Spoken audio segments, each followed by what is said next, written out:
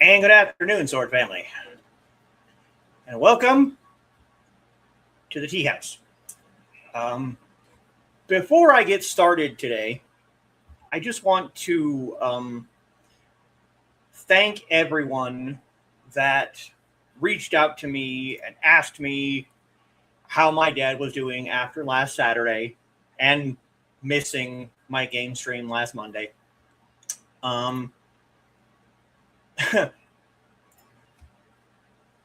He's doing much better. Okay. I just want to throw that out there right now. He was moved out of the ICU on Wednesday into a rehab facility. So now it's entirely on him.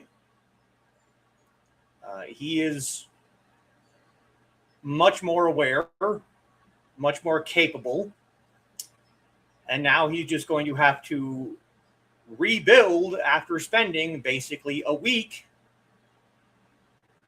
in the ICU in a not coma. I think that's how I'm going to put it, because after that first day, he was not there. There was nothing. You talked to him and he'd open his eyes, but they were all like glossed over. And so for most of a week, they had him on a feeding tube. And they had him restrained to the bed because he kept pulling out the IVs. They had to move the IV from his hand to his foot to his neck because he kept just yanking the IV out. They had to put him on a feeding tube because he wasn't eating. And then just like out of the blue on last Monday, a week ago tomorrow, I showed up and he's sitting up in bed. His eyes are wide open. He's talking to people. It's just like his brain just snapped out of it. So that day or the day after, Monday or Tuesday, the doctor came in to talk to him about moving him to the rehab facility, and they did that on Wednesday. So since Wednesday, he has been in a rehab facility, and they are currently working on building back his swallow muscles, because after a week of not eating and having the entirety of your nutrients basically shoved through your nose into a feeding tube, this muscle atrophied because he wasn't using it. And you don't think about things like that. The same thing happened with my hip. You know, when I had my hip replacement done, you don't think how often you use a particular muscle or muscle group until you can't or until you need to. And, you know, it's kind of important for eating to be able to swallow. Otherwise, you're going to aspirate on food and possibly end up back in the ER with pneumonia. He might have had just a touch of that while he was in there because he was coughing a lot. He might have had something in his chest. But yes, he is doing better. He's not home yet. It's going to be a bit of a road to get him back home with my mom. But for now, there's not much. Well, she's hiding. There's not much more that anyone else can do. He needs to. Puppy sighting. He needs to do the work himself. And he's doing it begrudgingly, but he's doing it. He's working with an occupational therapist like every day that comes in and does swallowing exercises. They don't sound particularly pleasant, but I mean, what physical therapy does sound pleasant? It's still a physical therapy. It's still, I know it's a speech therapist, but it's still physical therapy. Because he's doing exercises like holding his Adam's apple up while swallowing. That does not sound like fun. But just to everyone who sent me messages on Facebook and reached out to me to ask how everything is going and how I'm doing, I really genuinely appreciate all of it, because I honestly don't know how I would have made it through the week that he was in the ICU without people every day just sending messages asking how I'm doing and how he's doing. And it was great. So, oh, excuse me. Just had to get that out of the way.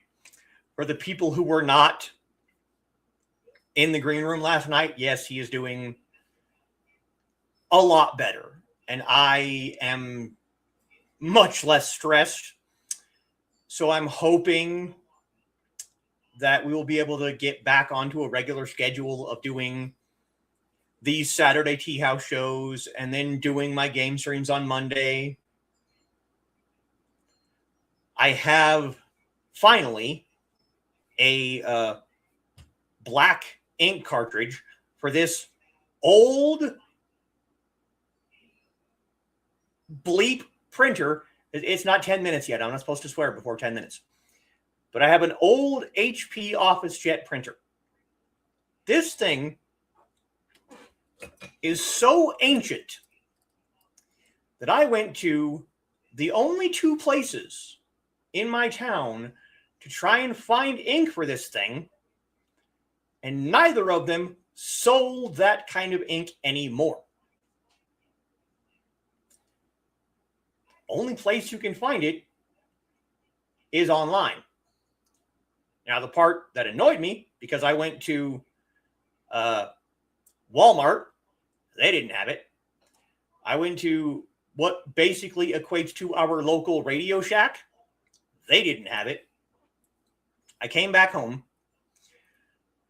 I started searching online, and Walmart.com had the ink cartridge I was looking for like $12, which for anyone who's going to try to buy printer ink nowadays, $12 is a steal. It is nuts. So I went ahead and grabbed that up. It should be here around Tuesday or Wednesday of next week, so I can get going on the couple of artistic projects that I have been waiting on, because that was the last thing I needed, was printer ink. I'm doing a journal, and I'm doing a training weapon for a fairly famous YouTuber to maybe possibly try and bribe them into coming on for a tea time, kind of like Sifu Cuddle did, which Sifu Cuddle has absolutely already agreed to come back for a second time, which is absolutely amazing.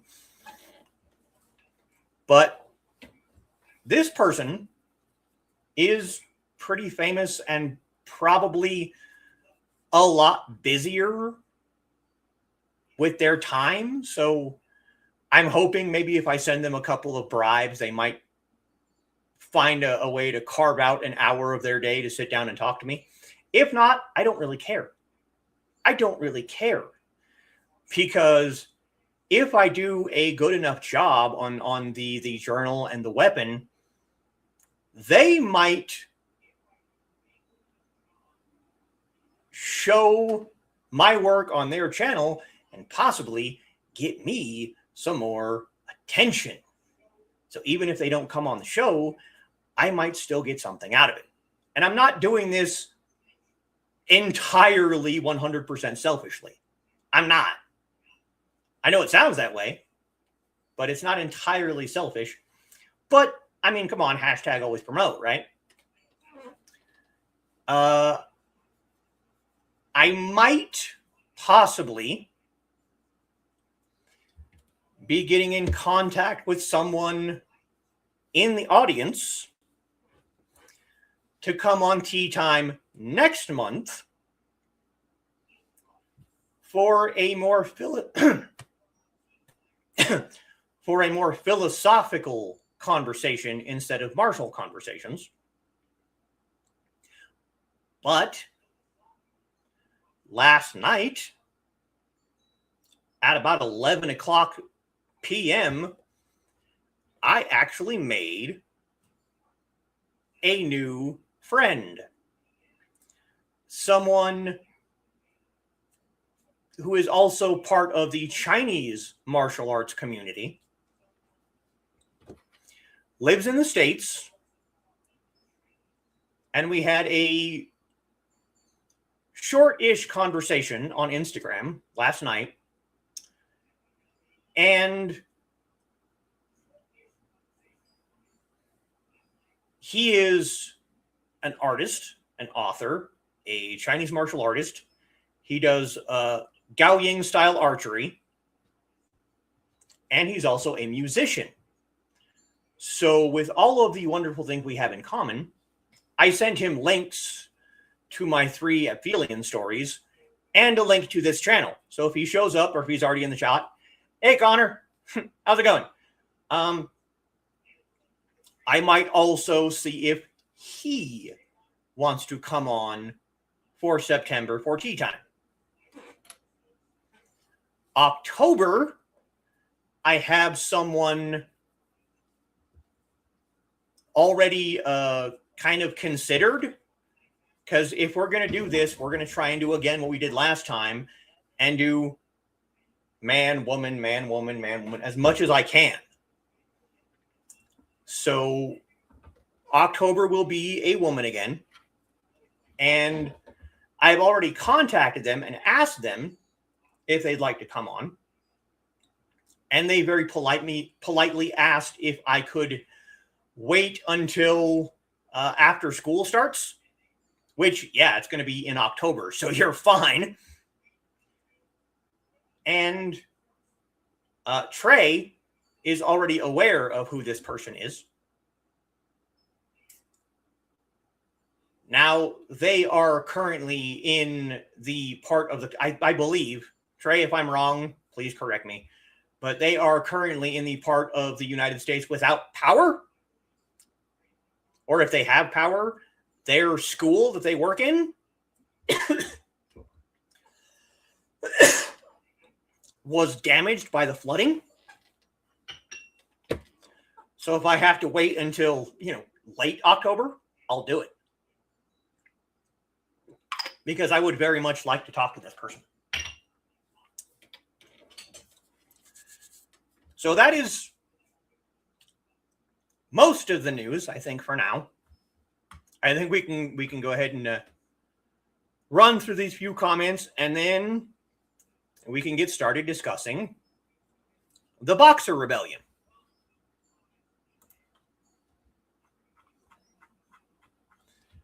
And, oh yeah, not many. That's okay. I really need to get back into the habit of making this link on Wednesday instead of waiting until Friday night. But it's been kind of a crazy few weeks, so yeah. And first up at 12:04 p.m. is our own Foxy. Welcome to the Teahouse. Join us tonight while we discuss the Boxer Rebellion. Yes, please remember to like, share, and subscribe. Please do. If you're watching and you're not already subscribed, come on. What are you waiting for? We're crazy, but we're fun. You know, there's Barney Stinson's hot crazy scale. There's also a crazy fun scale. You need to be on the right side of crazy fun, too. And Dan joining us, yard work for the day. Let's learn. I really hope so. Greetings to Dan and hi, Kitty. Foxy greeting Kitty and Carl joining us. Good evening, Foxy, Dan, and Kitty. Hey, Carl. Greetings to Carl. Oh, good. Read a bit about Boxer Rebellion, but it should be interesting to learn more about it. Well, done your homework. Yeah. That was long ago. I've forgotten all of it. Okay. All right, good. Evening all from Ruby. How's it going, Ruby? Foxy greeting Ruby and Donna joining us. Hey, all. Hey, Donna. Carl greeting Ruby and Donna, and Foxy greeting Donna, and Charcoal says hi, all, and Mommy won't be typing for a while. Well, hello, Charcoal. That's fine. You can learn too. Just don't get any wild ideas of a kitty rebellion. Oh, boy. Please don't. We don't need, no, no cat rebellion. And what's up, sword people from Midnight? Hey, Midnight. And hey, all from Trey. How's it going, Trey? And greetings to me, and greetings to Midnight and Trey from Carl. Really shouldn't be starting that yet. And Foxy greeting Midnight and Trey, and we rule this castle. Why would we rebel? This is true. This is very true. Donna greeting Trey and Midnight and me. Glad to hear your father's doing better. Yeah, glad he's out of ICU and recovery. Yeah. It was scary. I'm not going to lie. He almost died. Not to put too fine of a point on it, he nearly died. He put himself into diabetic ketoacidosis. And he wasn't in a coma, but he wasn't all there. And while I disagree with him vastly on a great number of topics, and he's gets on my nerves quite frequently, I was scared. I was scared we were going to lose him. I was scared that I was going to get a phone call in the middle of the night from one of the ICU nurses just being like, we lost him. He didn't make it. But now it's on him. And he is one of the most stubborn people I think I have ever met. And that is a lot coming from me. I know I am stubborn. Probably where I get it from. But when it was time for me to do physical therapy, I did it. And I didn't just do it for a couple of weeks and say it's not working. I did it at the physical therapy place. I did it on this couch at home. I was always doing my exercises because I wanted to get back to functional, if not 100%. And I think even now, next year, next March, it will be 5 years ago. And I'm going to say I'm 80 to 85% in almost 5 years. Once you go through something like that, you're not going to get back to 100%. You might get back to 99.9999999%, but you're not going to get back to 100%. And I know that. When I do my nightly horse stance training, I cannot get as low as I could get. When I do my Tai Chi or I'm doing a forms practice and I have to do a kick with that leg, I cannot get as high as I could before. And I might never get there. And as long as I'm good enough. But his therapist comes in, he's like, you ready to do some swallow therapy? And he's like, no, I don't want to. Like, you're not going to get any better if you don't do. And the best thing about this, him staying in this rehab facility, I personally saw this happen. She knocks on the door, cracks the door open. Are you ready to do your therapy? He's like, no. And she just walks in anyway. She's like, well, you're going to do it. I just wish that he would take this time and actually go out and talk to some of the other patients and meet other people, socialize. Every single time I've gone there to visit him, he's sitting in his room alone with the blinds closed, the door closed. He's not talking to anybody. And I wish he would. But, as Foxy says, his stubborn is back. So, human body is absolutely insane. Yes, it is. I didn't take him, the facility took him, but I went with him to his follow-up doctor's appointment yesterday afternoon. And the doctor told him that only 5% of people that go into diabetic ketoacidosis survive it.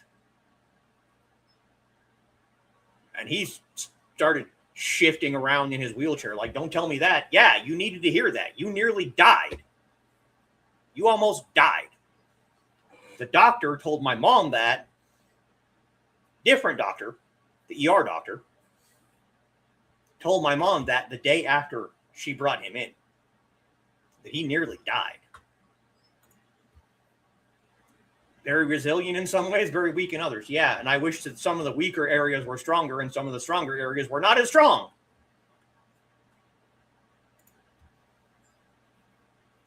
There is some place that sells old ink carts that companies have returned, supposedly cheap, but about the same as Staples. Okay.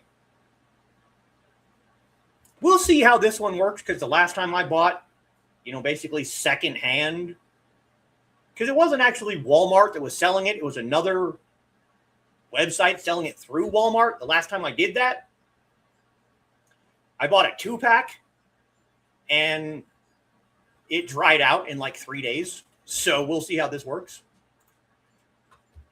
And howdy, fam. Hey, Pro. Good to see you. Greetings to Pro, and greetings to Pro, and Pro greeting Carl and Foxy. Bonus, yeah. More greetings to Pro. Pro greeting Donna. I do have some awesome stuff in the works. This is true. But the problem is, once again, just like before, when I fairly quickly ran out of people to interview, after October, I don't know. Because like I said, I want to try and do, man, woman, man, woman, man, woman. So it's not out of balance. If I can get Connor talked into coming on next month, then Trey, you know who's going to be in October. November might be the philosophical conversation. Or I can switch them and have the philosophical conversation next month. And then have Connor come on in November. We'll see. And Pro and Trey. Trading greetings. Sounds like show will be expanding. We'll see. We'll see.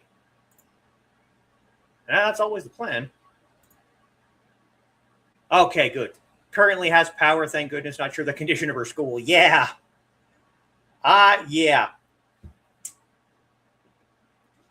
So, we are currently talking about Trey's friend, Steph. Steph is, I believe, and again, you can correct me if I'm wrong, she is also a martial artist, but she is also a teacher. So I'm pretty sure she teaches like fairly young students. I think it's an elementary school. So being able to discuss the differences between academic teaching and martial teaching, that's kind of the direction I want to go with that conversation. Plus, I've spoken to her several times on Facebook, and I would like to speak to her in person, or, as much in person as you can over a computer. We'll see. Random Foxy sightings, yep. And the audience might have to take out a few walls in the chat room. Yeah. Greetings to me. How's it going, Prue? How's it going, Pro? You are not Prue Hollowell. I think I know this. Are you? Whatever. And thank you, Dan, and thank you, Carl. Yes. Yes, my poor nose. It's usually season changes. It's usually fall, the beginning of fall, and the beginning of spring. Every morning I have like a sneezing fit. But they're starting in August. It's not time for this yet. It's still summer. Stop it. Yeah. Oh no, I had a friend go into keto right in front of me. A friend and I wheeled him out to the car and took him. Yeah.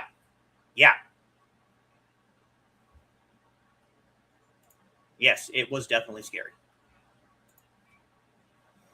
Told him no more stubborn. If he needs to go doctor, he's going. If we have to use blankets and tie him down and get him in the car. Yeah. We'd have never kept my dad in the ICU if the nurses hadn't been. He did have cute nurses, but the thing is, he was out of it. But he did have some cute nurses. He did have one redhead nurse, but it was a guy. But now one of the nurses at the rehab facility is a redhead. So, yes, it does. It definitely does help. Yep. Pro greeting Dan, and Dan trading it back. And we have a double Dawn sighting. We have a Dawn on Kick, and we have a Dawn on YouTube. How's it going, Dawn? I'm glad to see you after your short sighting in the green room last night. Don't know why that friggin' word just escaped. Greetings to Dawn, and greetings to Dawn. Good to see you, and more greetings to Dawn. Don't think I'm a charmed one. Well, have you tried? Try it. See what happens. More greetings to Dawn, and more greetings to Dawn. And greetings. Okay. Now that I've been rambling for half of my allotted time, now let's actually get into the topic.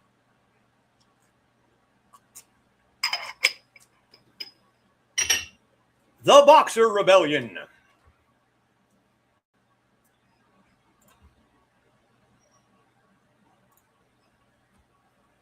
Was a anti-foreign, anti-Christian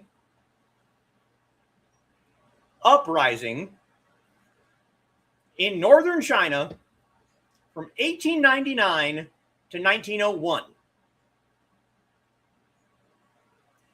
So if you compare it to some of the other uprisings in Chinese history, this one kind of small.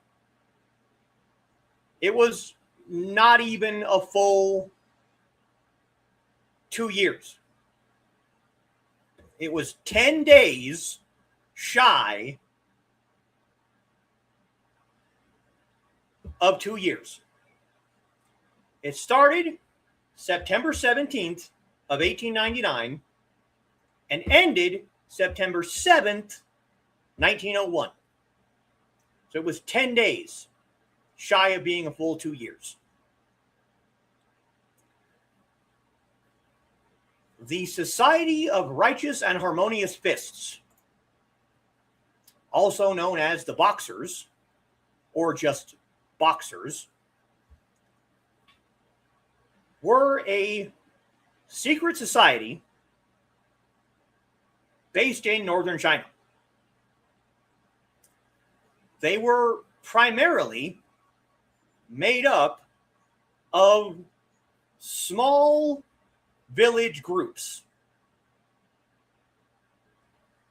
independent of each other. The members of the society were mostly kept secret, meaning it was hard to actually tell you how many people were in the society. There are estimates saying that it could have been as many as 100,000 people. They originally went after the Qing government, but soon after, they started resisting foreign influence.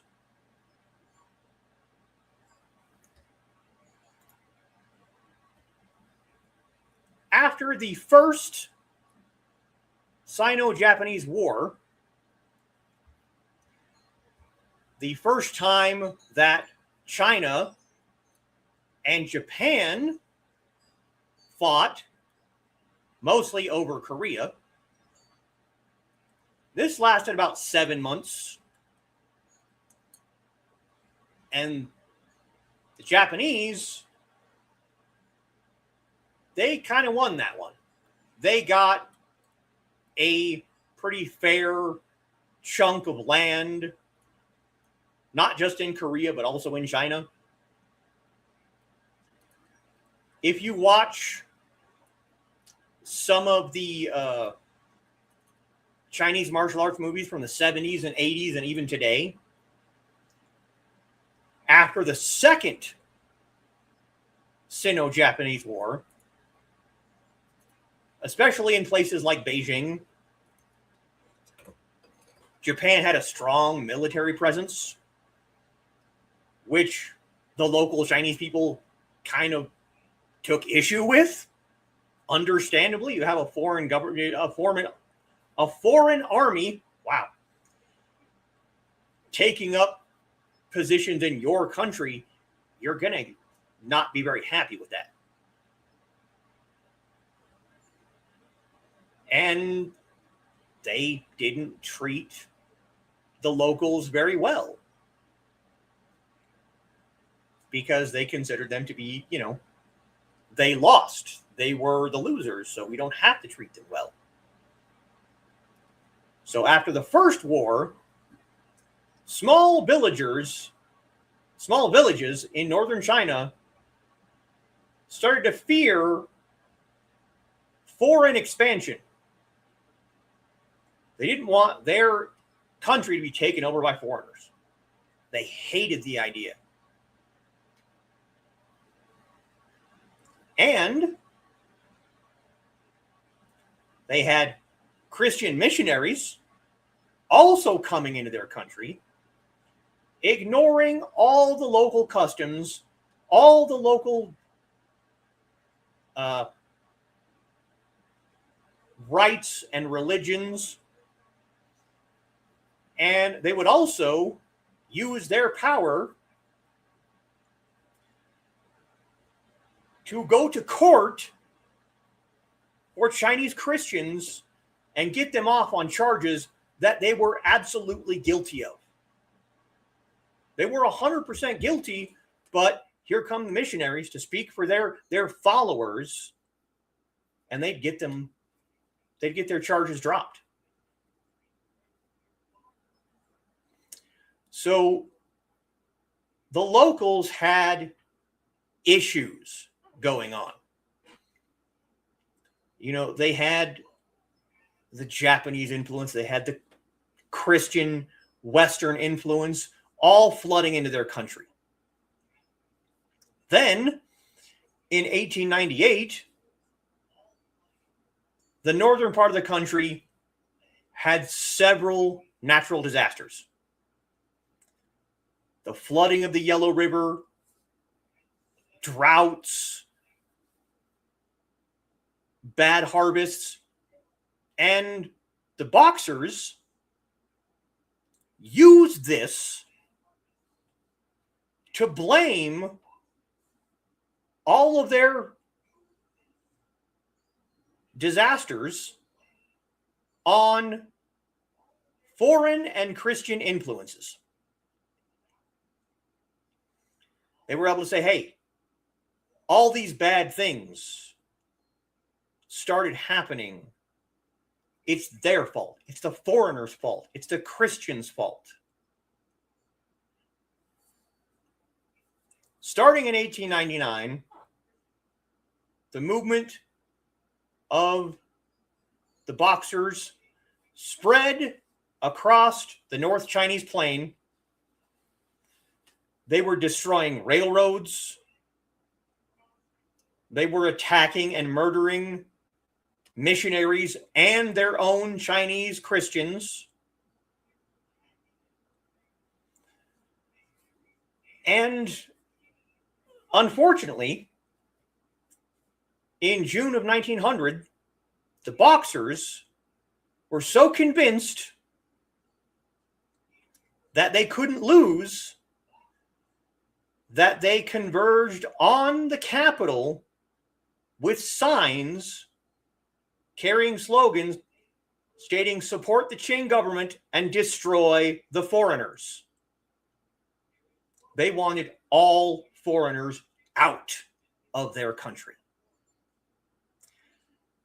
If you watch the Jet Li movie Once Upon a Time in China 2, I think it was 2. Yeah, it was 2. There is a group in that movie called the White Lotus Society. The White Lotus is loosely based on the Society of Righteous and Harmonious Fists. The only difference is the White Lotus is more fantastical. You know, their leader claims to be able to magically stop bullets. So the White Lotus is a lot more magical. The society was all, well, not all, but they were majority martial artists. The reason this is called the Boxer Rebellion is because the Society of Righteous and Harmonious Fists is kind of a mouthful. That's a lot of syllables. And most of the members of the society were Chinese martial artists, which at that time they called Chinese boxing. So they were the Boxers.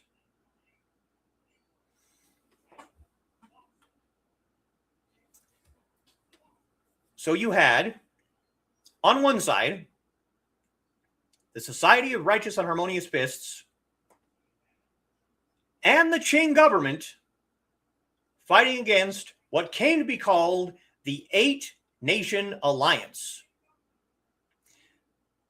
The Eight-Nation Alliance was the UK, Russia, Japan, France, Germany, the US, Italy, and Austria-Hungary. And then later on, that included Spain, Belgium, and the Netherlands. All that against the Qing government and the Boxers.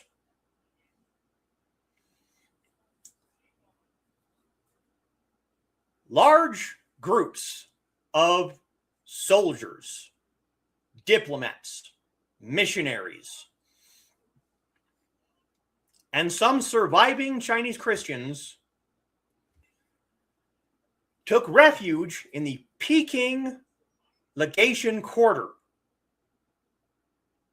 which was an area in Peking at the time, Peking, Beijing, where foreign groups were majority located. So they kind of ran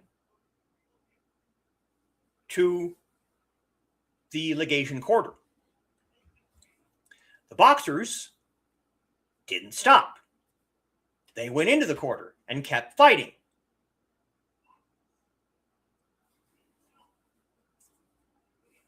In comes the Eight-Nation Alliance, invading China on June 17th, storming a fort in Tianjin. The Empress Dowager, who initially didn't want anything to do with the rebellion, on June 21st of 1900, issued an imperial decree that was basically a declaration of war on all of the invading powers. The rest of the Chinese officials were split between those supporting the Boxers and those favoring surrender.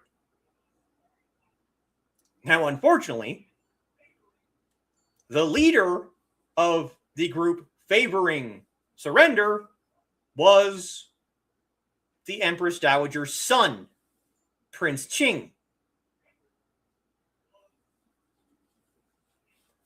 The supreme commander of Chinese forces, a general named Ronglu, later claimed that he acted entirely to protect the foreigners.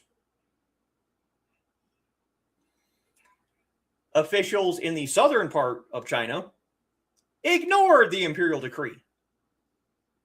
They just didn't care.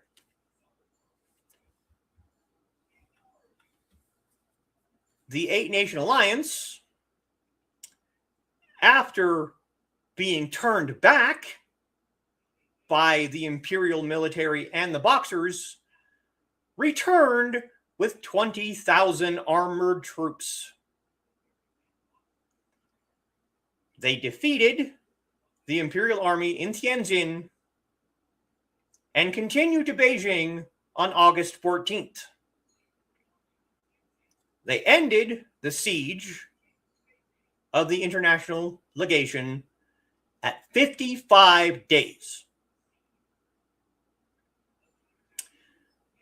Unfortunately, as is usually the case, when a foreign army goes into someone else's country, there was a fair bit of looting and plundering of the capital and surrounding countryside, along with summary executions of people suspected of being Boxers. September 7th of 1901,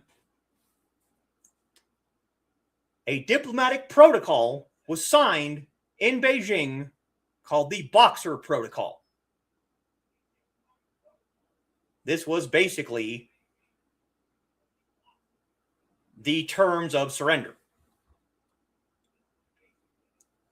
As we said, the Boxer Rebellion ended that day, September 7th, 1901.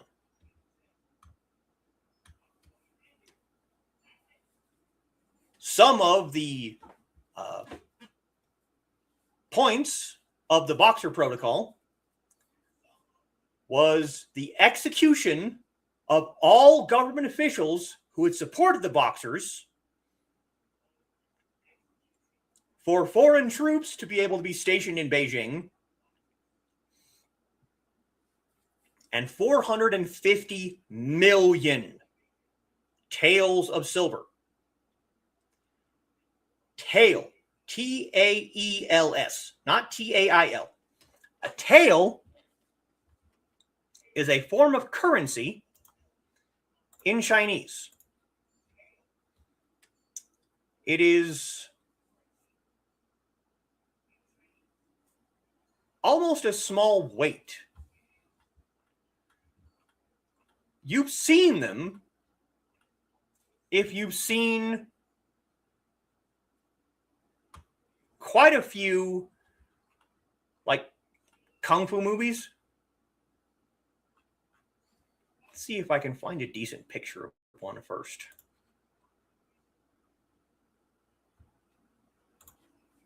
Aw. Back is still tingly, knee hurts like an SOB, but feeling better. I'm sorry, Don. Well, I'm glad that you're feeling better, but damn. Oh, I silenced you. What are you doing? No, go away. That's good to feel better. Fact that I know about Charm should tell you something. That you're into 90s TV series with hot goth chicks running around in tight leather pants? Hugs for death. This is an important question, yes. Original or remake? Ugh. Hey, Sarah! Original, watch the series almost every year. I have one season on that DVD rack right there. Greetings to Sarah, greetings to Sarah, greetings to Sarah. Yes, we have like one season. This is true. Oh, are we on double-digit likes already? Cool. Hi, fam. Can only imagine, Foxy. Yeah. Hey, look, we have a Twitch bot. Hey, what's going on, Dave? Greetings to Dave. Greetings to Dave. Same thing here with my ancestors. That's it. Kind of the same thing with a lot of people's ancestors, unfortunately. Donna, greetings, Sarah and Dave. More greetings. Definitely people who have no limits for the sake of greed. Unfortunately, greed and power, yeah, every era around the world. You're not wrong. Think we all pull out our... No, I know what my phone notification sounds like. Let's see if I can find a good...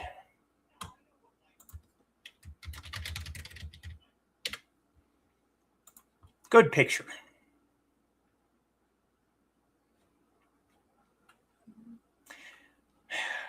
Yeah, let's go ahead and use that one.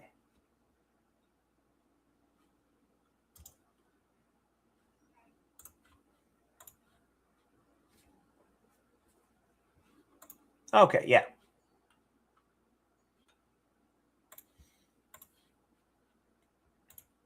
Go ahead and share.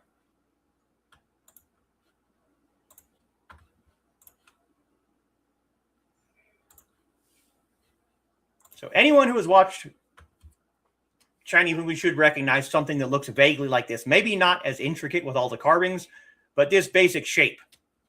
That was a form of currency. They also obviously had coins.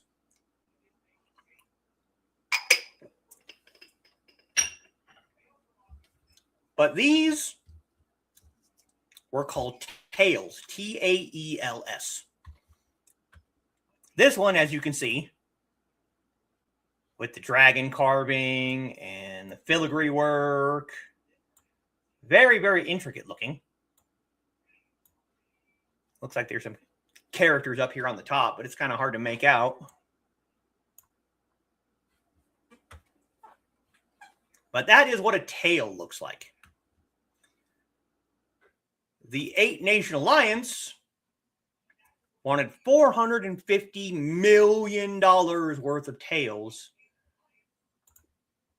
for the surrender of the Boxers. That was more than the Qing government's annual taxes. Now, they gave them almost the next 40 years to pay that back.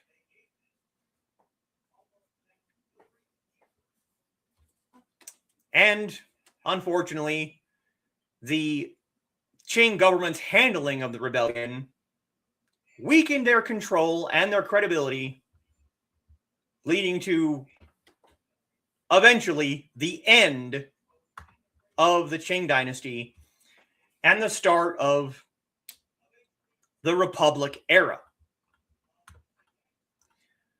So, that's the short summary of what happened.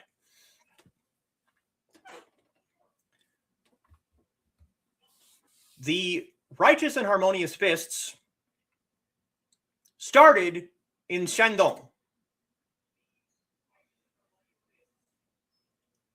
a region of China plagued by martial societies, social unrest, religious sects,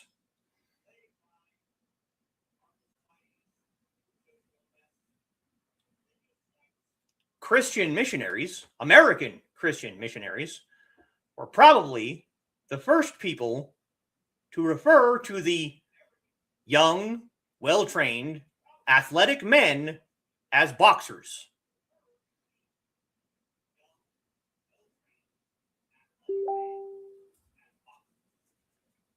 Their primary practice was a type of spiritual possession.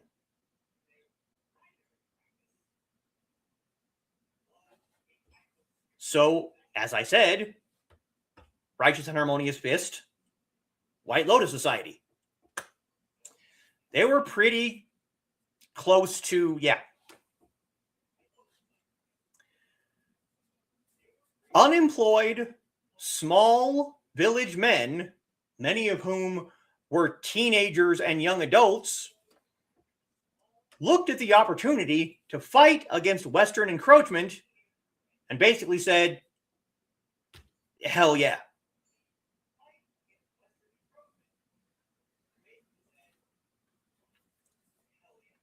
Here we go. The Boxers, armed with swords and rifles, claimed supernatural invulnerability against cannons, knife attacks, and rifle shot.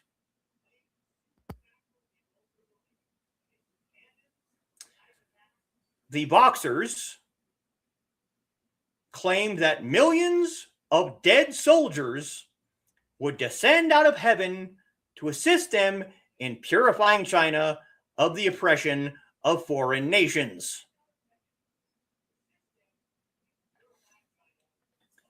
The members of the society would demonstrate their claimed invulnerability by firing guns loaded with blanks at one another.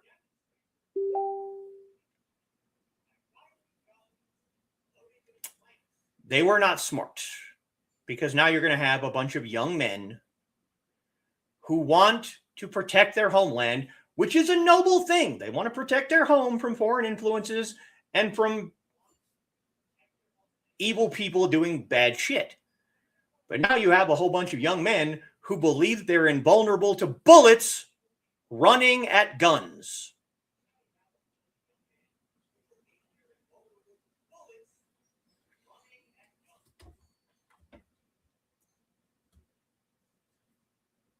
In 1895,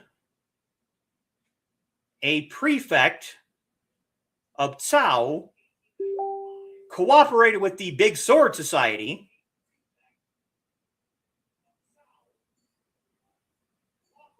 to help get rid of German Catholic missionaries.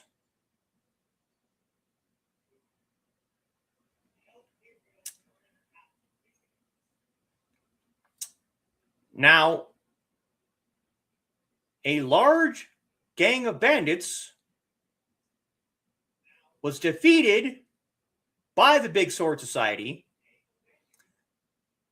Then they turned around and claimed to be Catholics so that they couldn't be prosecuted for being bandits.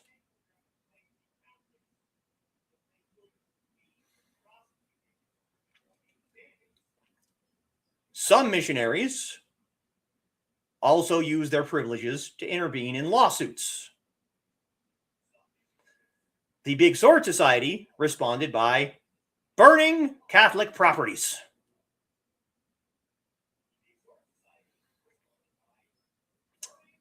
In response, as a result of pressure from foreigners, that same prefect executed several leaders of the Big Sword Society, but didn't punish anyone else. And this created more martial sects popping up.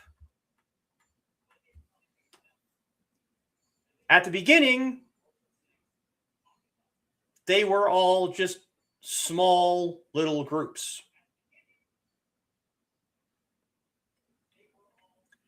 But eventually, Shandong and the Boxers,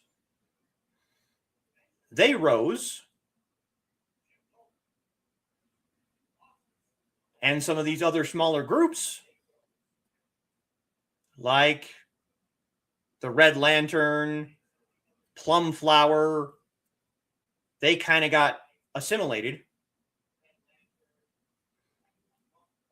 into the Boxers, because the Boxers were the one group that was saying, hey, all this bad stuff that's happening is because of the foreigners. The foreigners, or the primary devils, the secondary devils were the missionaries. This is the problem. So these other smaller groups all kind of coalesced into the Society of the Righteous and Harmonious Fist. That is pretty much how the society started. There were small skirmishes that influenced the Boxers. Sunman Bay was a diplomatic confrontation between the Qing and Italy. You also had the UK and Germany and Russia and France all trying to carve their part of China, while the locals were like, hey, whoa, wait a minute, what's this? No, knock it off. There were also economic conditions in Shandong. Shandong's economy was cotton production. But when you have foreigners importing foreign cotton, Shandong's cotton isn't needed anymore.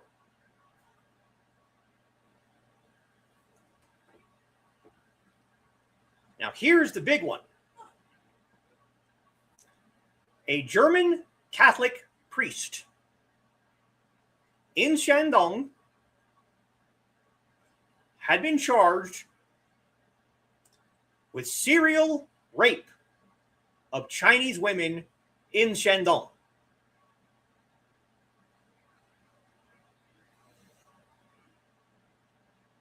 Chinese rebels tried to go into the missionary quarters and kill the priest, but they couldn't find him. So they killed 2 other missionaries. This, of course, caused the German Navy to be dispatched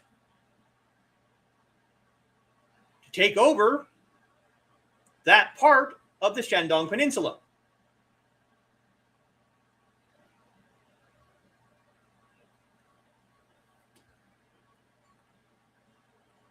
So, again, foreign influence, foreigners coming into their country, committing crimes, and then basically getting away with it, led to the local Chinese people looking at these missionaries and these Christians as the enemy. So they went out and enacted violence against those missionaries, which then caused the nations that those missionaries were from to come into China to protect their people. In 1899, the Boxer Rebellion developed into a mass movement.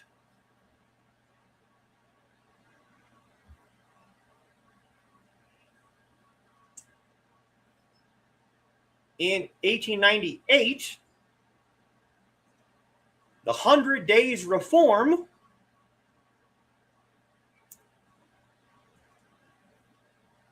was created, and this was a movement to modernize Chinese institutions during a time of increased foreign influence. So you have the Qing government creating a 100-day reform and being like, hey, all you hick, yokel Chinese people, you need to be more like the foreigners. We need to modernize. We need to be more like these other people because they're more refined than we are. Of course that's going to piss people off. You already have these foreign people coming into their country and cutting it up like a Thanksgiving turkey and saying this piece goes to Germany, this piece goes to the UK, this piece goes to France. And then on top of that, you have the Qing government being like, hey, yeah, you know all these people coming in and carving up your country? Be like them. Be like them. They're better than you. It's no wonder why the Boxers were able to recruit so many young men. Now, luckily, the Empress was able to suppress the 100-day reform,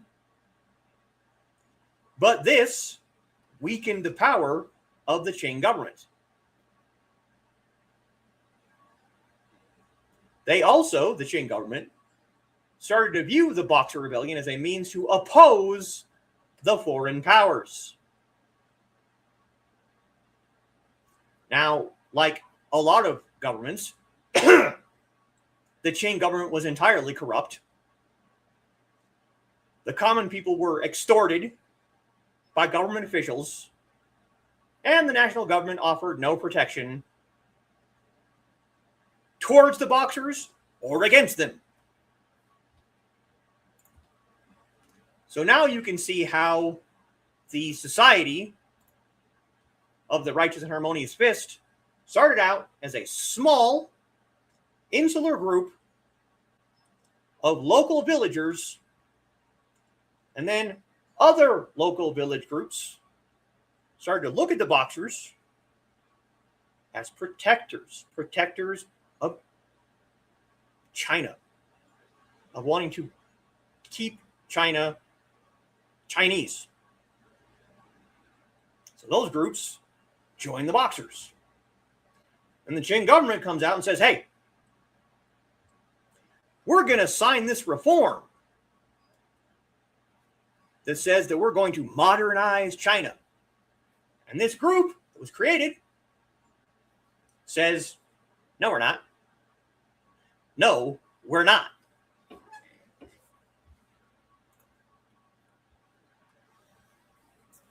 The military of the Qing dynasty had a pretty humiliating defeat during the First Sino-Japanese War, and that prompted the military reform.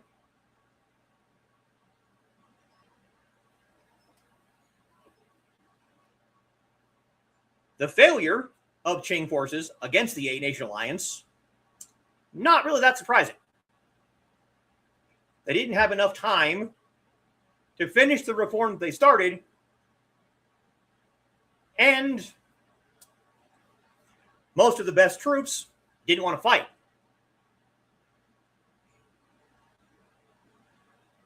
The officers lacked basic knowledge of strategy and tactics.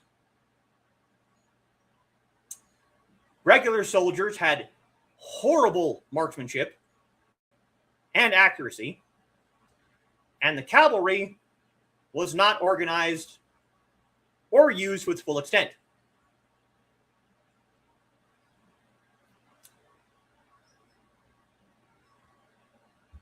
So they kind of got screwed over during the Sino-Japanese War.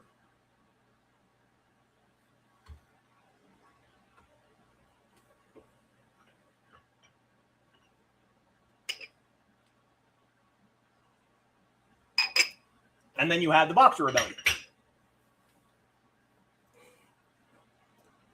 That prefect that we discussed earlier was removed by the Qing court from his position in December of 1899 and replaced with someone who wanted to suppress the Boxer Rebellion.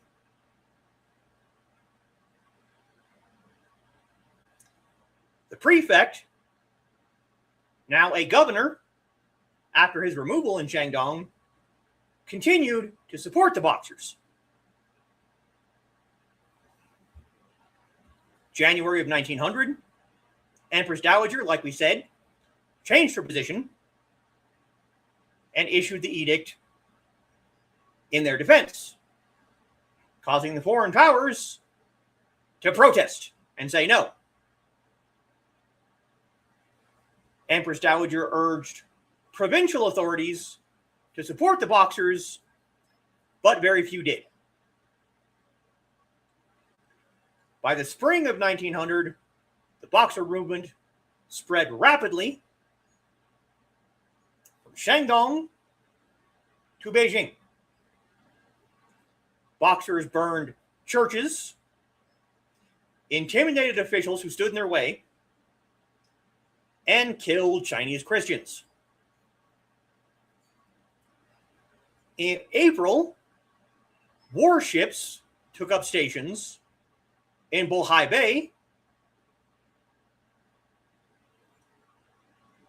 May 30th, a British Prime Minister requested that foreign soldiers come to Beijing.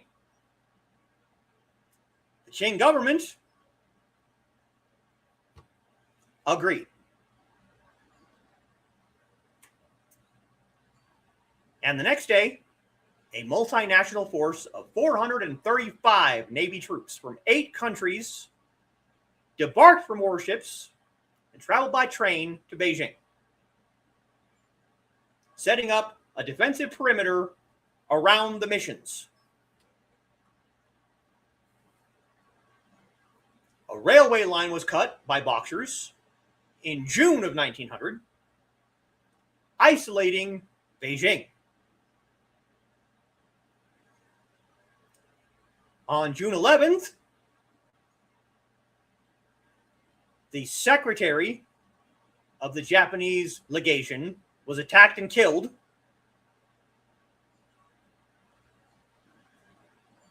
by a general, Chinese general,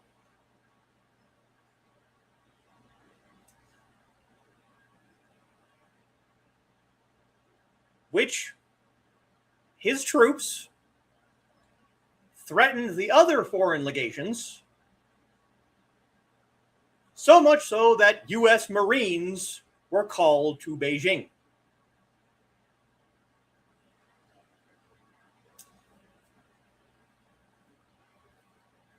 Wilhelm, the Prime Minister of Germany, was so afraid of the Chinese Muslims that he requested the Ottoman Caliph find a way to stop the Muslim troops from fighting.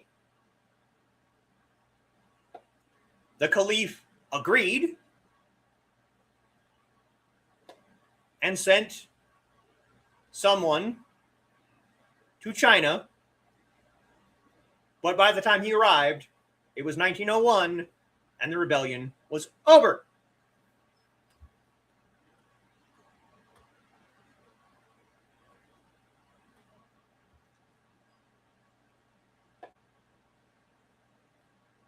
In Beijing, June 16th, the Empress Dowager summoned the imperial court and basically asked them to seek a diplomatic solution.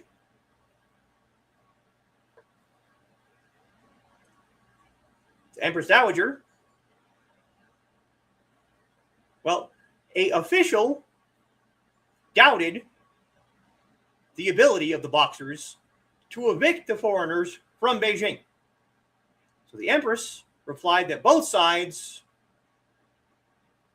realized that popular support of the Boxers was almost universal, but suppression would be difficult and unpopular when foreign troops were marching. So even the court of the Qing couldn't decide whether it was better to support a rebellion or support foreigners invading their own country.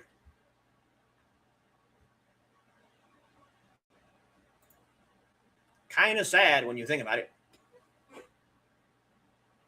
Oh, hey. Sorry for the interruptions. Finally got my fingers to give an update. Hey, no worries.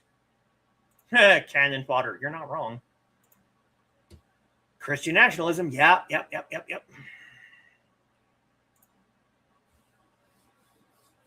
Started popping up first round, then empowered the next. Yeah. Got religious trauma from something that sounds strangely familiar. Nope. Yep. Yeah, you're fine. Just sneezed and my hip popped. Oh, boy. Ouch, yeah. Mass movement, enough said, yeah. Nope, not imagining it. Nope. History repeats itself over and over again. People can definitely disagree with reality. Probably from what I'm... Yeah. Yes, I know. We've crossed the 1 hour line. Yes, they called for the Marines. No, they could not unite under their own governing body because their own government couldn't decide on which was better. There's a reason, and this is, of course, slightly off topic because I ramble, but there's a reason that when I play Skyrim, I side with the Stormcloaks. I side with the locals that see this foreign adversary coming into their country, telling them who they can pray to, how to live, how to fight. And the locals go, nah.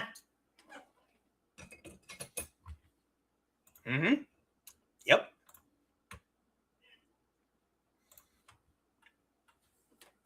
Then, of course, there's the siege of the legations, where the Boxers invade the section of Beijing where all of the foreign...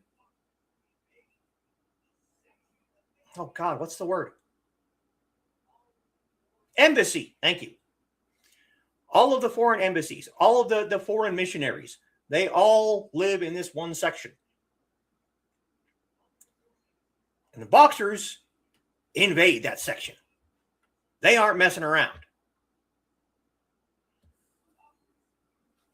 Basically, most of the foreign influence had been forced to retreat to this section, thinking, oh, we're fine here. No, you're not.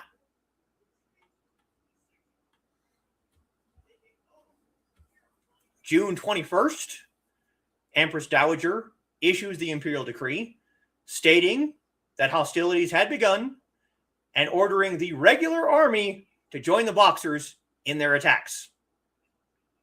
This was a de facto declaration of war, but the Eight-Nation Alliance did not make a declaration of war.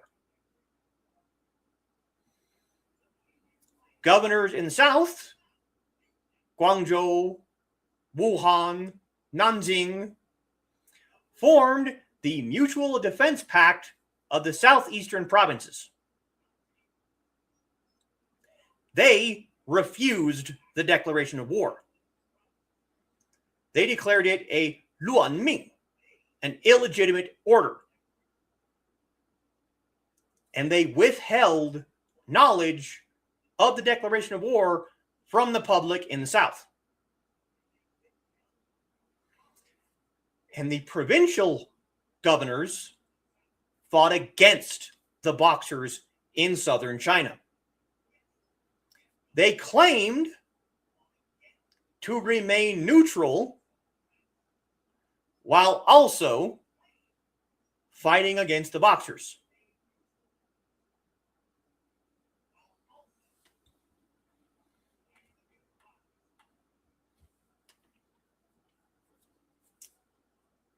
The Chinese army and the Boxer Rebellion besieged the legation quarter from June 20th to August 14th. 473 civilians, 409 soldiers, Marines, and sailors, and about 3,000 Chinese took refuge in the legation quarter.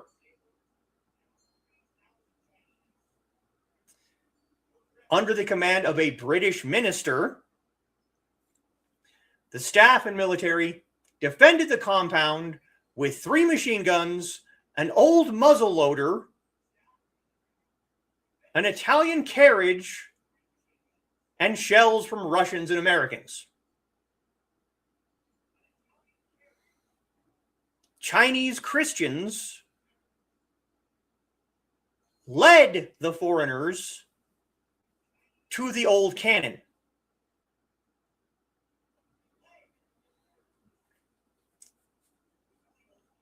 On June 22nd and 23rd, Chinese soldiers and the Boxers set fire to the north and west sides of the legation.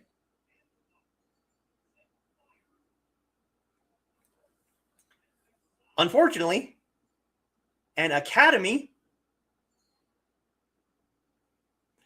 that held the oldest and richest Chinese scholarship library in the world caught fire. And each side, the Boxers and the Alliance, blamed the other group for the loss of all those books. After failure to burn the foreigners, the Chinese army built barricades surrounding the quarter and advanced brick by brick, forcing the foreign guards to retreat a few feet at a time.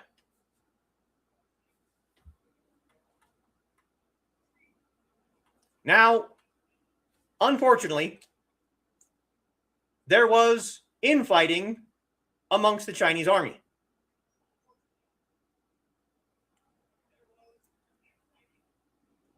Ronglu decided it was futile to fight all the powers simultaneously.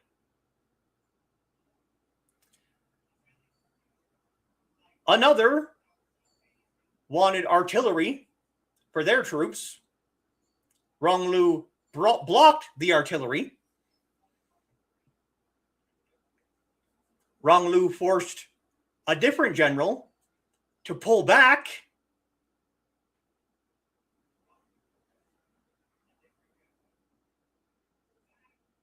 There was just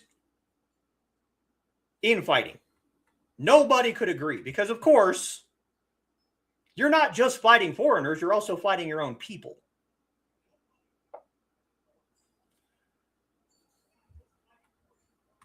Foreign navies started showing up in April of 1900.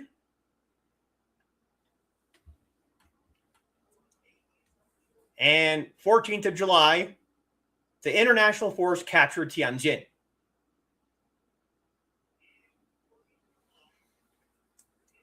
The Battle of Tianjin was where the international force suffered its heaviest casualties.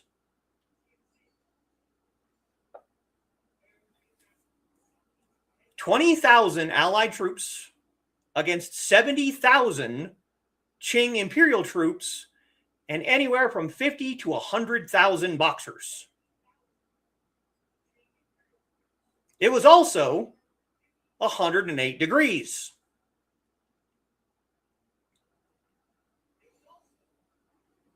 That, the great numbers, the high temperature, and insects caused soldiers to become dehydrated and their horses to die.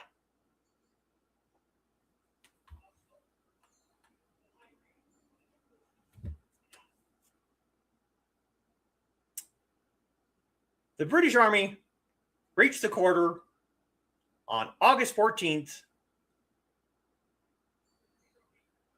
and foreign armies reached Beijing. The Qing court fled, with the Empress Dowager disguising herself as a nun.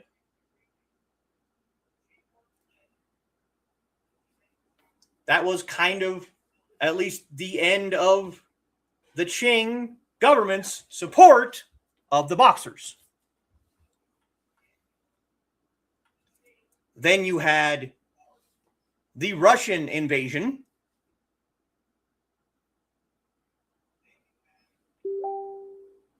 The Russians wanted control over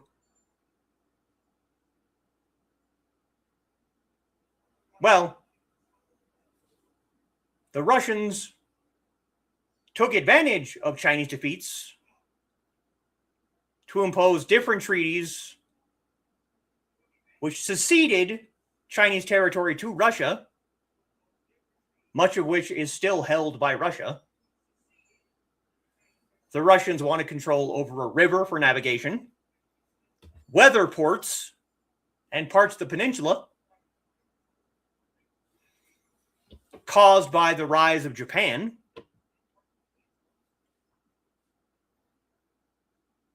Local Chinese in the area were pretty pissed off that the Russians were taking over their country, and so they started harassing the Russians.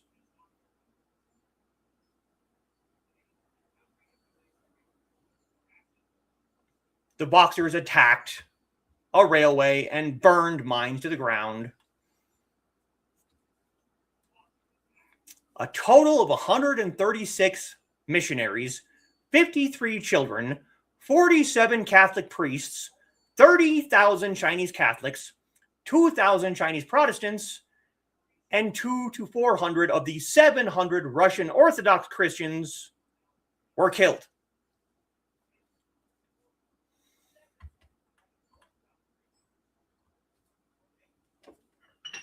That is a lot of death.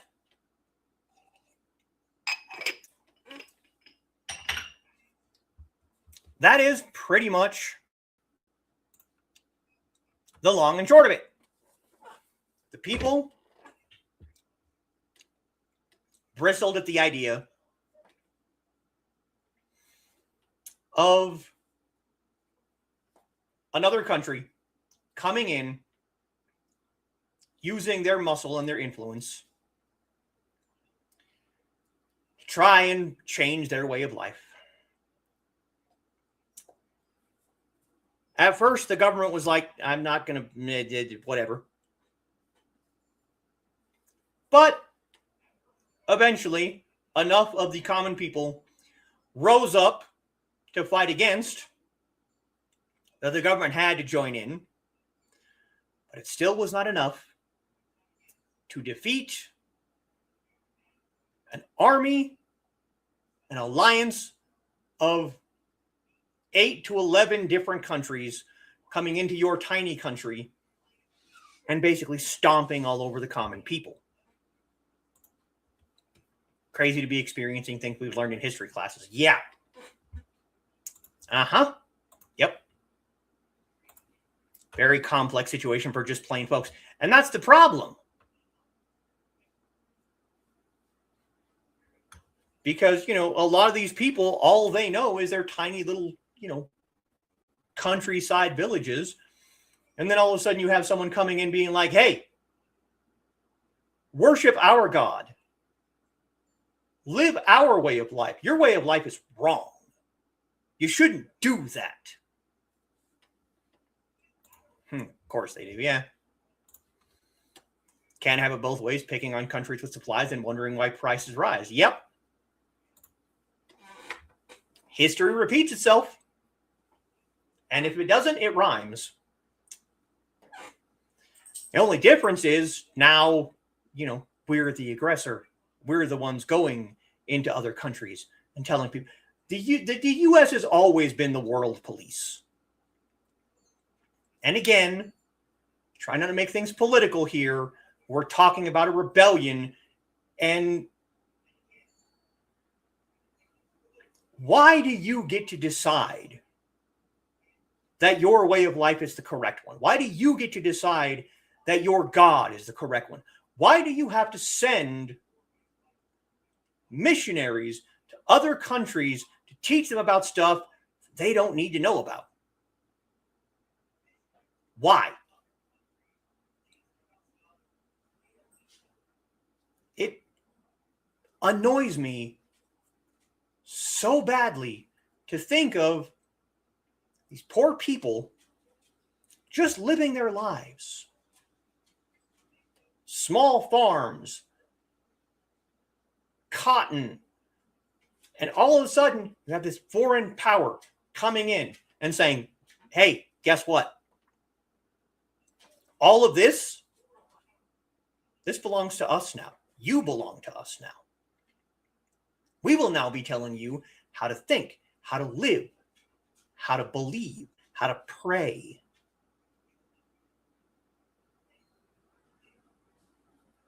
And then getting pissed off when they look at you and go, like, no, ridiculous. Differences between facts and opinion. Yep. Now, he might be looking for his dinner, but I filled his food bowl before we started, so. Thank you, Carl. Yes. Wouldn't it be nice to just live our lives the way we want? It would be. It definitely would be.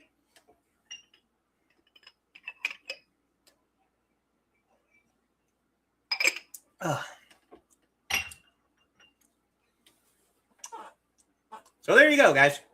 Dan, I hope that was at least informative. And if not informative, I hope it was at least useful. Because you can look at the mistakes that the boxers made. You can look at mistakes that the government made, that the foreigners made, and look at all these things. You can use that to not make those mistakes again.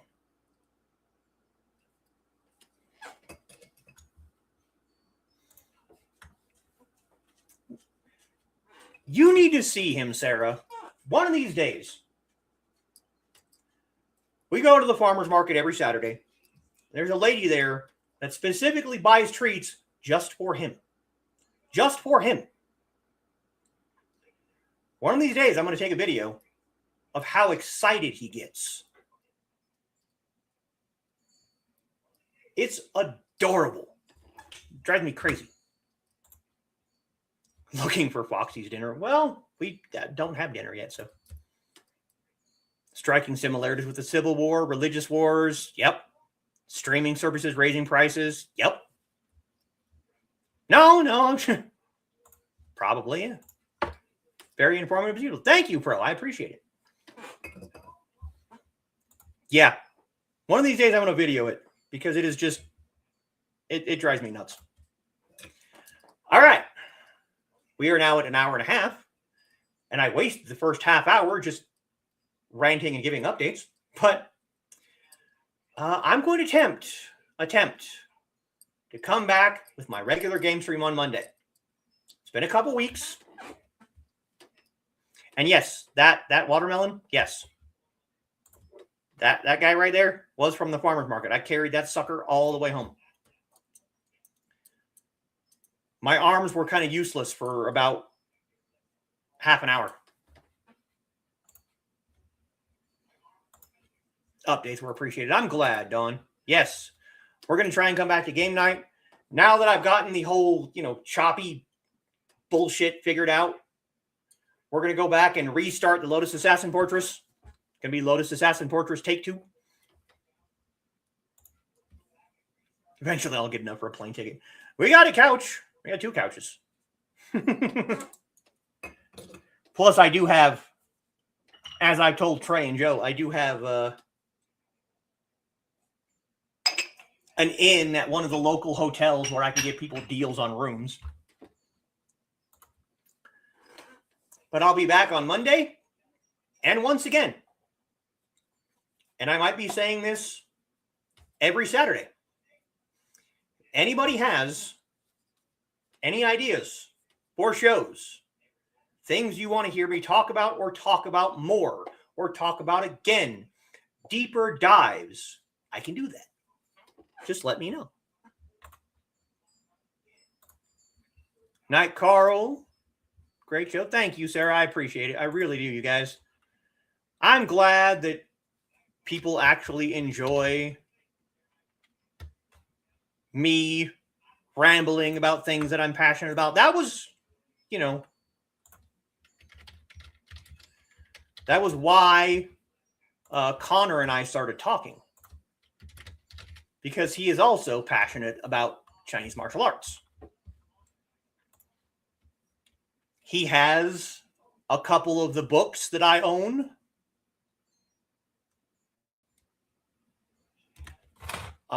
He has some LK Chen swords. So just passionate people about Chinese martial arts is it's nice. So Pinky Wiggles, think on ideas. Please do, Sarah. If there's anything you want to hear me talk about, just let me know. You have my number. You can text me. You can send me messages on Facebook, whatever. Ooh, okay. Okay. Want to know more about Chinese music and the different way they do it compared to Western music? Okay. We got it. That's next Saturday, right there. Foxy, right there. The diatonic versus pentatonic scale. Yep. Oh, there's Captain Joe. Good night, everyone. Good night. Pinky Wiggles and hearts and bouncing pickles and never learned this at school. Thanks. Yeah, neither did I. Night Joe, night Kitty, night Donna, night Ruby, night Midnight. Have a great weekend and see you all Monday night for game night. That's right. And night Donna. You are very, very welcome, Dan. I'm glad that I can be informative. Night from Foxy. Cheering taco pickles and gorge with bees. Oh, God. Okay. On that note, I will see you all next time. 再见。